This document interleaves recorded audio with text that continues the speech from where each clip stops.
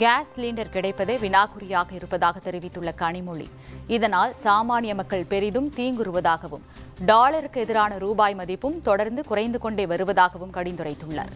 Petrol, diesel விலை உயர்வால் இன்றியமையா பொருட்களின் விலை உயரும் அபாயம் இருப்பதாகவும் கனிமொழி எச்சரித்துள்ளார்.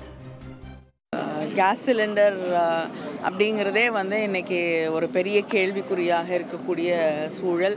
அதோடைய விலையும் ஏறிக்கொண்டிருக்கக்கூடிய நிலைமையில் சாதாரண சாமானிய மக்கள் மிகப்பெரிய அளவில் பாதிக்கப்பட்டிருக்காங்க.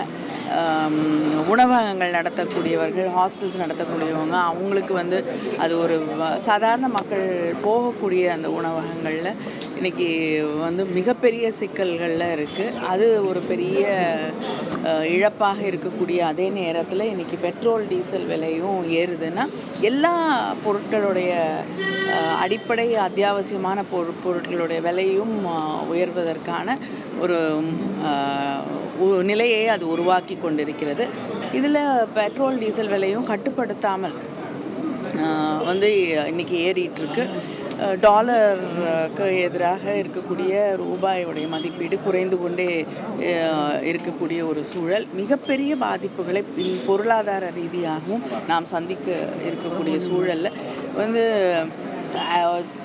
பிரதமர் போன்ற பொறுப்பு மிக்க இடங்களில் இருக்கக்கூடியவர்கள் மக்களுக்கு அட்வைஸ் மாத்திரம் கொடுத்துட்ருக்காங்களே தவிர அவர்கள் என்ன செய்ய போகிறார்கள் அப்படிங்கிறத பற்றி எந்த விதமான ஒரு நம்பிக்கையை ஊட்டக்கூடிய எதையுமே அரசு தெரிவிக்காத ஒரு சூழலை பார்க்க முடியும்.